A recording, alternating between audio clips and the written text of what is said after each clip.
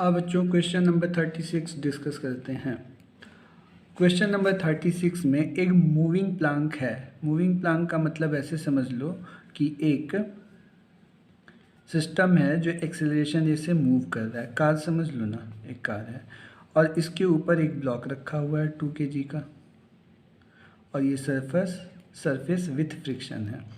तो बेटा इसका फ्री बॉडी डायग्राम बनाओगे तो फ्री बॉडी डायग्राम, ये एक्सेलरेशन 4 मीटर पर सेकेंड स्क्वायर से जा रहा है, यहाँ पे म्यू 0.2 है। तो फ्री बॉडी डायग्राम में तुम देखोगे तो इस ब्लॉक पे 2 kg के ब्लॉक पे एक्सेलरेशन के अपोजिट डायरेक्शन में ma लगेगा। ma की वैल्यू m यहाँ पे 2, a है 4।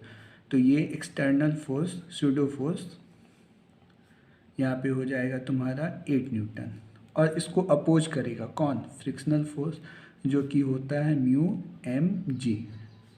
तो म्यू की जगह पे गिवन है 0.2, एम हो गया 2 और जी हो गया 10, तो ये हो गया 4 न्यूटन। तो यहाँ पे सूडो फोर्स लगेगा 8 न्यूटन और फ्रिक्शनल फोर्स लगेगा 4 न्यूटन, इसीलिए 36 का ऑप्शन होगा करेक्ट, 4 न्यूटन वाला। फिर हम बात करते हैं क्वेश्चन नंबर 37। बच्चों को क्वेश्चन नंबर 37 और 36 बिल्कुल एक जैसा लगता है क्योंकि सब कुछ सेम है। फिर से वही मूविंग प्लांक है, उसी मूविंग प्लांक के ऊपर 2 kg रखा हुआ है, बिल्कुल सेम डेटा, म्यू भी सेम है 0.2। डिफरेंस क्या है कि इस बार ये एक्सेलरेशन = 1 मीटर पर सेकेंड स्क्वायर से मूव कर रहा है, कार या प्लांक जो भी समझ लो तुम। तो इसके लिए फ्री बॉडी डायग्राम बनाओगे बेटा तो यहाँ पे हो जाएगा 2 kg के लिए इधर लग गया तुम्हारा फ्रिक्शनल फोर्स, इधर लग गया सूडो फोर्स ma। तो ये तो हम पहले भी निकाल चुके हैं, सूडो फोर्स m के जगह 2, a के जगह पे इस बार कितना आएगा 1, तो 2 न्यूटन। और जो फ्रिक्शनल फोर्स लगाओगे वो हो जाएगा म्यू एम जी, जो कि कैलकुलेट करके 4 न्यूटन आएगा। तो बेटा यहाँ पे एक्सटर्नल फोर्स हो गया 2 न्यूटन और फ्रिक्शनल फोर्स हो गया 4 न्यूटन। ये पॉसिबल नहीं है, आपको लॉज ऑफ फ्रिक्शन में सिखाया है फ्रिक्शनल फोर्स है सेल्फ एडजस्टिंग नेचर। तो यहाँ पे फ्रिक्शनल फोर्स अपने आप को एडजस्ट कर लेगा किसके? कैपिटल एफ के, सूडो फोर्स के। मतलब कि ये मैक्सिमम 4 न्यूटन लग तो सकता है लेकिन लगेगा कितना? 2 न्यूटन, क्योंकि इससे ज़्यादा सेल्फ एडजस्टिंग नेचर होने की वजह से 2 न्यूटन से ज़्यादा नहीं लगेगा। इसलिए 36, 37 दिखता एक जैसा है बट दोनों डिफरेंट क्वेश्चन हैं, दोनों का आंसर डिफरेंट है। ओके, नेक्स्ट क्वेश्चन पे चलते हैं बच्चों। नेक्स्ट क्वेश्चन है बेटा क्वेश्चन नंबर 16। ये एक बच्चे ने पूछा है जिसमें एक ब्लॉक M है, इस पर आप एक फोर्स F लगा रहे हो। ये फ्रिक्शन के साथ है सरफेस जिसका कॉफिशिएंट म्यू है, कॉफिशिएंट ऑफ फ्रिक्शन। तो पूछ रहे हैं इस पर फ्रिक्शनल फोर्स कितना लगेगा। तो FBD ड्रॉ करो बेटा। FBD ड्रॉ करोगे तो यहाँ पे हो गया एक्सटर्नल फोर्स F और इसको अपोज करेगा कौन? अपोजिट डायरेक्शन में, डायरेक्शन देखना, फ्रिक्शनल फोर्स। ये एट इक्विलिब्रियम है, बैलेंस कंडीशन में है, बैलेंस कंडीशन में है। तो बैलेंस कंडीशन में होने की वजह से यहाँ पे फ्रिक्शनल फोर्स और एक्सटर्नल फोर्स इक्वल होंगे। तो यहाँ पे फ्रिक्शनल फोर्स किसके इक्वल हो जाएगा? एक्सटर्नल फोर्स F के। ये हो गया हमारा फ्रिक्शनल फोर्स स्मॉल m, है ना, स्मॉल f फ्रिक्शनल फोर्स। तो इसका ऑप्शन हो जाएगा फ्रिक्शनल फोर्स कितना लगेगा? फ्रिक्शनल फोर्स लगेगा यहाँ पे तुम्हारा एक्सटर्नल फोर्स F, क्योंकि ये इक्विलिब्रियम में है, self adjusting nature self adjusting nature. External force और फ्रिक्शनल फोर्स तब तक इक्वल होगा जब तक कि एक्सटर्नल फोर्स की वैल्यू फ्रिक्शनल फोर्स से ज़्यादा ना हो जाए, मतलब कि just about to moving condition में ना आ जाए। तो ये था क्वेश्चन नंबर 16। ओके बेटा, नेक्स्ट क्वेश्चन पे चलते हैं। ये क्वेश्चन नंबर 47 है बच्चे। इसमें दो ब्लॉक ए और बी एक दूसरे के ऊपर इस तरह से रखे हुए हैं। ओके, ए और B block. Mass of A given है बेटा 3 kg और मास ऑफ बी गिवन है 8 kg और एक एक्सटर्नल 5 न्यूटन, आप एक्सटर्नल फोर्स 5 न्यूटन ए के ऊपर लगा रहे हो। तो यहाँ पे पूछ रहे हैं रिएक्शन फोर्स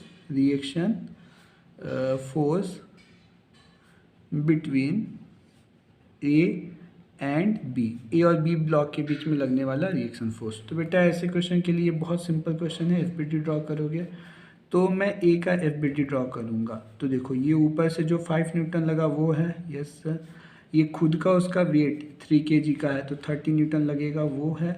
और ये बी वाला ब्लॉक ए पे ऊपर की तरफ और ए वाला ब्लॉक बी पे नीचे की तरफ equal and opposite reaction force लगाएगा।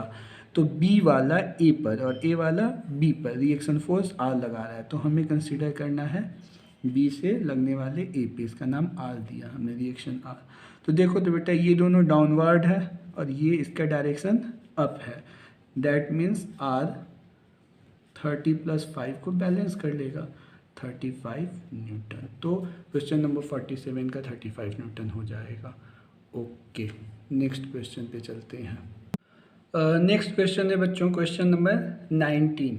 तो यहाँ पे देखो क्या दिया हुआ है कि एक सिस्टम है जिसमें एक ब्लॉक को आपने ऐसे हॉरिजॉन्टली एक स्ट्रिंग से बांध के रखा हुआ है। ब्लॉक स्टेशनरी है और स्ट्रिंग इस मैनर में रखा हुआ है ये सिस्टम कि इसके अंदर टेंशन 0 आ रहा है।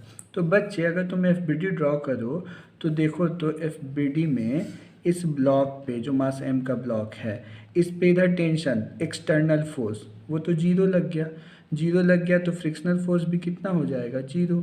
ऐसे फ्रिक्शनल फोर्स बच्चे कितना होता है μn, तो लिखोगे तो म्यू दिया हुआ है कोफिशिएंट ऑफ फ्रिक्शन और n के जगह पे तुम्हारा हो जाएगा mg। तो लगना चाहिए फ्रिक्शनल फोर्स कितना μmg, लेकिन ये कब लगेगा जब एक्सटर्नल फोर्स होगा।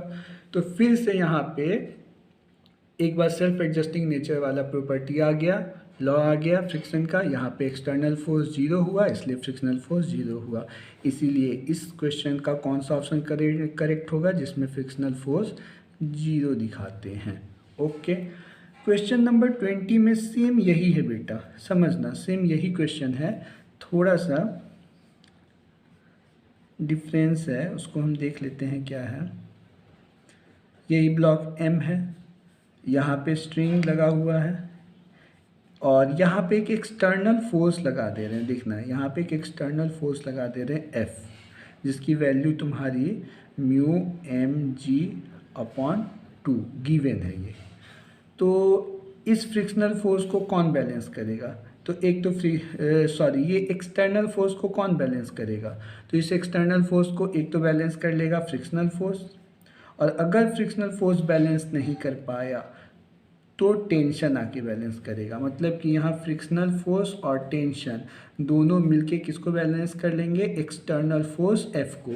लेकिन यहाँ पे बच्चे सीखने वाली बात ये है कि ये टेंशन तब आएगा, एक्ट करेगा जब अकेला फ्रिक्शनल फोर्स एक्सटर्नल फोर्स को बैलेंस ना कर पाए। मेरी बात ध्यान से सुनो, F है, F को बैलेंस करने आएगा फ्रिक्शनल फोर्स पहले, अगर यही बैलेंस कर लिया तब तो टेंशन 0 हो जाएगा। लेकिन इस F को बैलेंस करने आया फ्रिक्शनल फोर्स और कमज़ोर हो गया, वीक हो गया एक्सटर्नल फोर्स से, तब इसको सपोर्ट करने आएगा T। तो यहाँ पे टेंशन जो है वो सेकेंडरी होता है और फ्रिक्शन जो है वो प्राइमरी, पहले वो आता है। तो इस कंडीशन में हमें पहले फ्रिक्शनल फोर्स निकालोगे तो वो कितना हो जाएगा, μmg होगा ना। तो मैंने यहाँ देखा कि अरे फ्रिक्शनल फोर्स का जो मैक्सिमम वैल्यू होता है वो एक्सटर्नल फोर्स से तो ज़्यादा है, तो यहाँ पे टेंशन की ज़रूरत ही नहीं है, इसलिए यहाँ भी टेंशन कितना हो जाएगा 0। पूरे के पूरे फ्रिक्शनल फोर्स को एक्सटर्नल फोर्स को फ्रिक्शनल फोर्स बैलेंस कर लेगा। कब तक बैलेंस करेगा, जब तक कि फ्रिक्शनल फोर्स हमारा mg,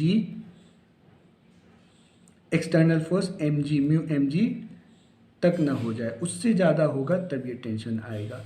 ध्यान से सुनना, समझ जाओगे। तो इसमें टेंशन पूछा था तो टेंशन की वैल्यू क्या हो जाएगी 0। ये एक अच्छा और प्यारा कॉन्सेप्ट वाला क्वेश्चन है, इसको देख लेना बच्चे। बहुत सारे क्वेश्चंस डिस्कस हो गए जो बच्चों ने पूछे थे, और ये उन्होंने मैसेज करके पूछे थे क्वेश्चन व्हाट्सएप पे। अगर आपके भी क्वेश्चन इसमें हैं तो अच्छी बात है, और अगर नहीं है तो मुझे मैसेज कर लेना, वो क्वेश्चन नंबर देख के मैं आपको बता दूंगा। ओके बच्चों, बाय।